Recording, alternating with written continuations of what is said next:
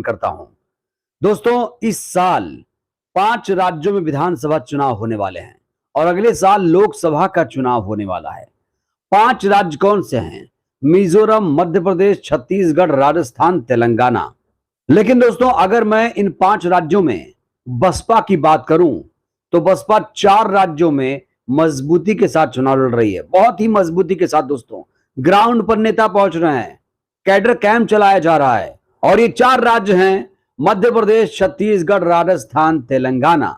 और दोस्तों, आपको बता दूं कि आगामी 3 महीने में 3 राज्यों के चुनाव होने वाले हैं और चुनाव से पहले, नतीजों से पहले ही एक चौंकाने वाला सर्वे भी सामने आया है। इस सर्वे पर हम चर्चा करेंगे दोस्तों। साथ ही साथ बसपा का एक इंटरनल भी सर्वे सामने आया है, जिस पर आज हम इस वीडियो में विस्तार से बातचीत करने वाले हैं। तो दोस्तों, जैसा कि हमने कहा कि 4 राज्यों में बसपा मजबूती के साथ चुनाव लड़ रही है, लेकिन इस सर्वे में हम तेलंगाना की बात नहीं करेंगे, हम सिर्फ हिंदी बेल्ट वाले राज्यों की बात करेंगे। ये 3 राज्य हैं दोस्तों, मध्य प्रदेश, छत्तीसगढ़, राजस्थान।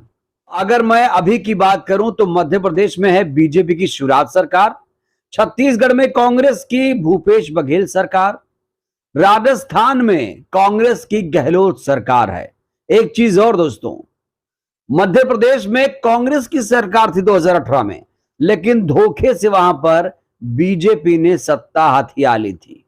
तो दोस्तों, इससे पहले मैं सर्वे की बात करूं, जान लेते हैं 2018 के विधानसभा चुनाव में किस पार्टी को कितनी सीट मिली थी। जल्दी से जान लेते हैं दोस्तों। तो सबसे पहले बात करते हैं मध्य प्रदेश की।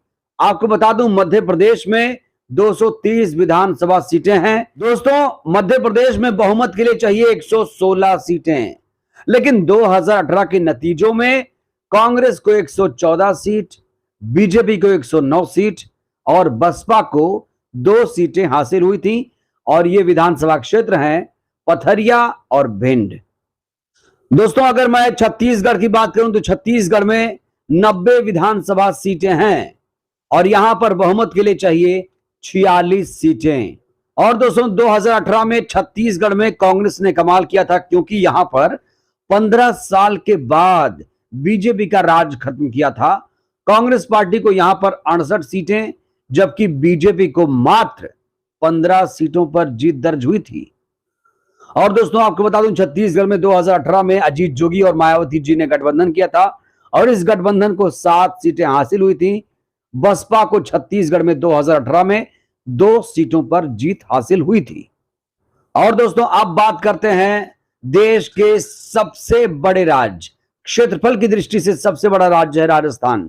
राजस्थान की बात करूं तो यहां पर 200 विधानसभा सीटें हैं, बहुमत के लिए चाहिए 101। जी हां दोस्तों, और 2018 के विधानसभा चुनाव नतीजों की बात करूं तो कांग्रेस को यहां पर 99 सीटें हासिल हुई थी, यानी बहुमत से 2 सीटें कम। वहीं दोस्तों, राजस्थान में बीजेपी ने 73 सीटों पर जीत हासिल की थी। और दोस्तों, बात अगर मैं बहुजन समाज पार्टी के प्रदर्शन की करूं तो 2018 में बहुजन समाज पार्टी ने यहां पर अच्छा प्रदर्शन किया था।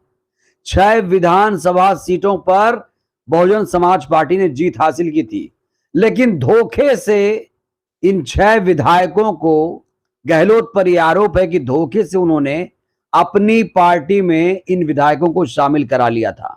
तो दोस्तों, 2018 का जिक्र इसलिए मैंने किया जिससे आप सर्वे को आसानी से समझ पाएं। तो चलिए दोस्तों, बिना देर किए अब इस सर्वे पर बात कर लेते हैं।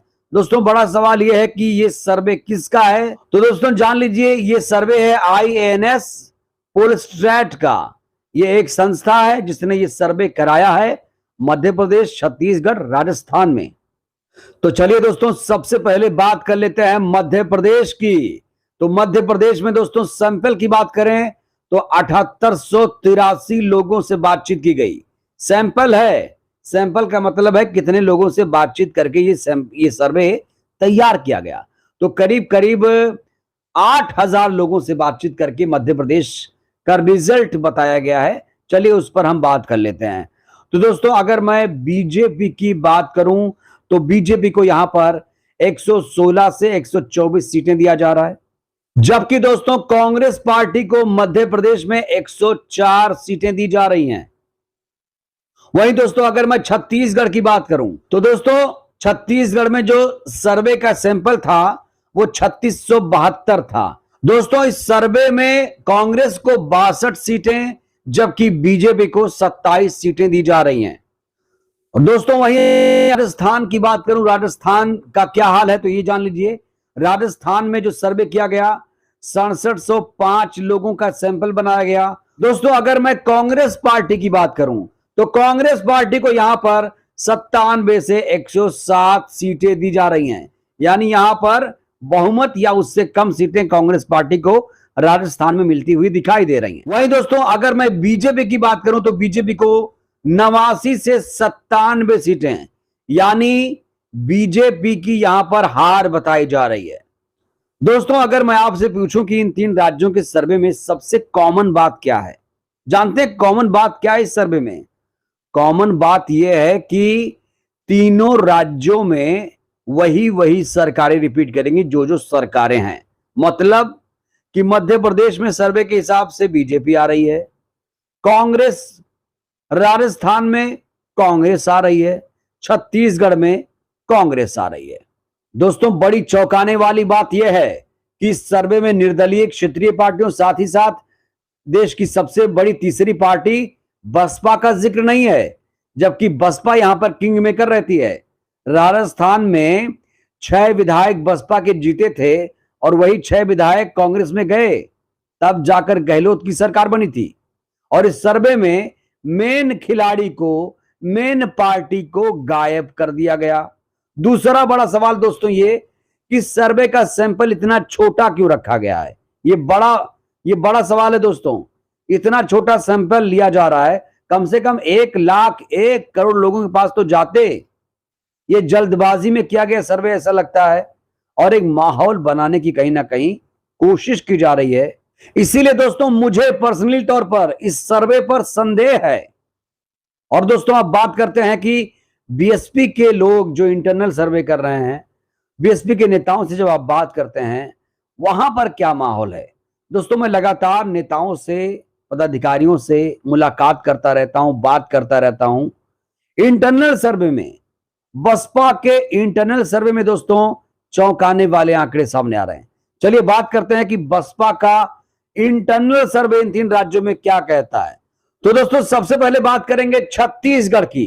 तो छत्तीसगढ़ में बसपा को 4 से 8 सीटें मिलने का अनुमान बताया जा रहा है। जी हां दोस्तों, 4 से 8 सीटें छत्तीसगढ़ में बसपा को मिल सकती हैं।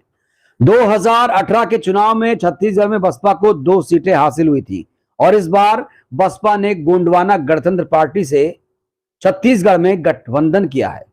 दोस्तों अगर मैं मध्य प्रदेश की बात करूं, मध्य प्रदेश में बसपा को 7 से 11 सीटें मिलने का अनुमान बताया जा रहा है। और दोस्तों आजकल बसपा ग्राउंड पर नजर आ रही है। मध्य प्रदेश, छत्तीसगढ़, हरियाणा, हर जगह, छत्तीसगढ़ में, तेलंगाना में भी बसपा ग्राउंड पर नजर आ रही है, जिसका कहीं ना कहीं एक बड़ा प्रभाव देखा जा रहा है। और दोस्तों अब आखिर में बात कर लेते हैं राजस्थान की।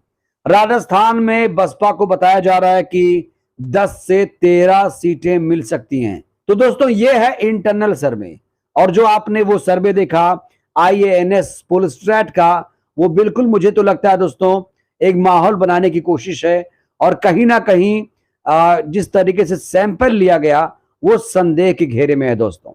तो कुल मिलाकर दोस्तों 3 राज्यों के जो नतीजे हैं वो चौंकाने वाले हैं। दोस्तों एक चीज और, IANS के सर्वे में कहा जा रहा है कि बीजेपी रिपीट करेगी मध्य प्रदेश में, लेकिन दोस्तों मध्य प्रदेश में बीजेपी की हालत बहुत ज्यादा खस्ता है। वहां पर तो केंद्रीय मंत्रियों को टिकट दिया गया है विधानसभा का चुनाव के लिए, और वो चुनाव लड़ना भी नहीं चाहते हैं।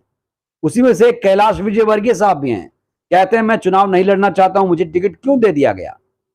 तो ये तो हालत है बीजेपी की मध्य प्रदेश में। इसलिए दोस्तों मुझे इस सर्वे पर, पोलस्ट्रैट के सर्वे पर संदेह है।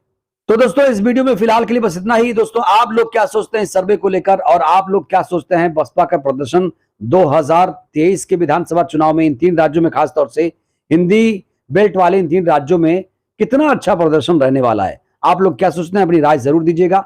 वीडियो को लाइक करिए, चैनल को सब्सक्राइब करिए, वीडियो को जन जन तक पहुंचाइए, जिससे बहुजन समाज जागरूक हो। जय भारत, जय संविधान।